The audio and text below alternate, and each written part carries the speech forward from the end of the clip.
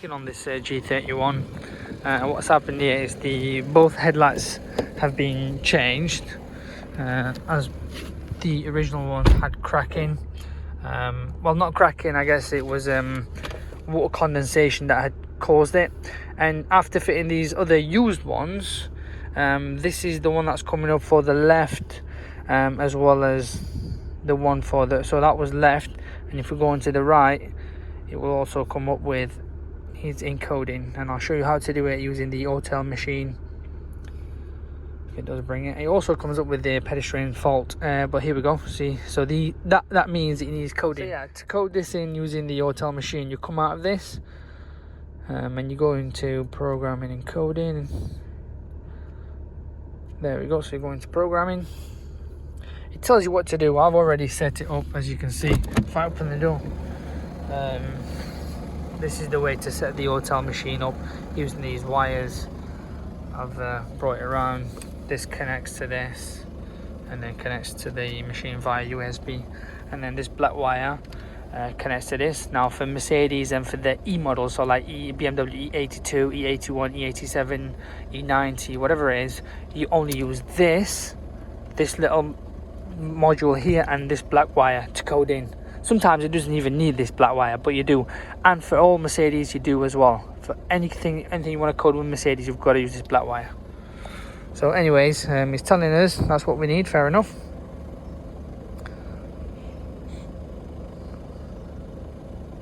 Then comes up with this. We'll just press OK. These are like the details of the vehicle. So now it gives us this option. We then click OK. It's just going through all the modules and getting a response from them. This comes up. I tend to just say no, and then I'll go into coding, and then OK, and then I'll go into selective coding, and anything that's not being coded, or even if you've had a dead battery, sometimes it just loses the coding itself, and then you'll have to code it again, even though everything works perfectly fine. Anyways, it's already highlighted the ones that needs coding, so the engine, the ABS system, the BCM, electric power, front, left and right headlights. As you can see, it's already highlighted these. Like, in all honesty, I'm not really bothered about any of these. So if I untick them all, untick this, untick that, power steering, I'm not bothered about, BCM, ABS. The only two I'm really bothered about is the frontal light electronic left and right. So we'll press OK. We'll press OK. And it's telling me that's fine. It's going to connect to the Wi-Fi, download the file, and then it will pop it onto the car and code everything in. I mean, the only thing that works with the headlights is actually the turn signals. Otherwise, no full beam, no like day starters, nothing like that works, to be fair. But it's only the turn signals that work in this case, and the O-rings. So hopefully we'll see what happens after this. So network's failed, so let's turn the network on,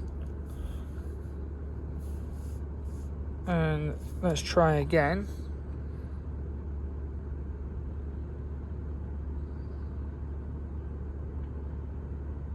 Here we go. My bad, I forgot to turn the Wi-Fi on. I mean, if I had selected the others, it would have took a lot longer, maybe a minute and a half too, depending on the file that it's downloading. So yeah, that's fine. It will automatically switch the Wi-Fi off itself. I'm surprised it didn't turn it on, because it usually does. Turn the ignition off. So before I do, we'll turn the aircon off, turn that off, and then turn the ignition just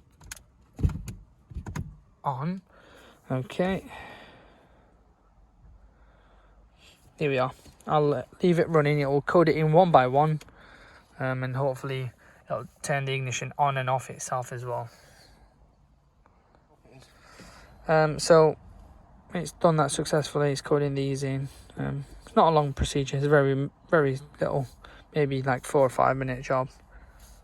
So it has successfully coded everything. It switched this off and on, so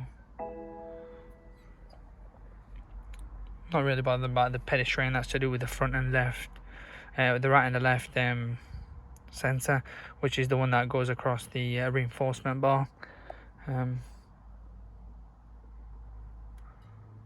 But yeah, everything's done nicely. It switched it off.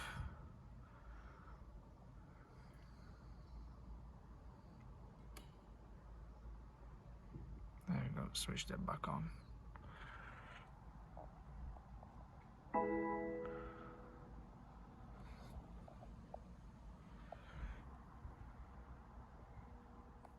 So now it's done it. If I press OK, it'll do the vehicle update. And I'll come back out of it and I'll go into the, if you remember in first place where I went into the headlight, the left and the right, and it says it needs coding. We'll go in there. Before it wouldn't allow me to delete it and the headlights weren't working, so we'll find out this time and see if it works. So now it's come back out of everything. If we also come out of this as well and do the full diagnostic scan,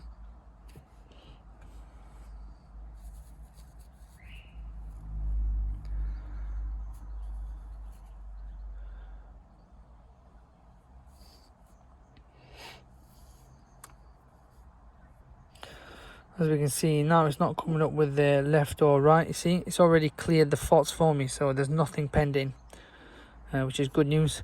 I'm not bothered about this, that the engine, the two faults that are on the engine is actually the same fault that are on the airbag, because they're to do with the pedestrian sensor, left and front, as said, and that's to do with this here, which is a very common fault in BMWs. I mean, they just come on if you hit a bump or anything. Just even if you don't hit anything, you turn the car on like a week later.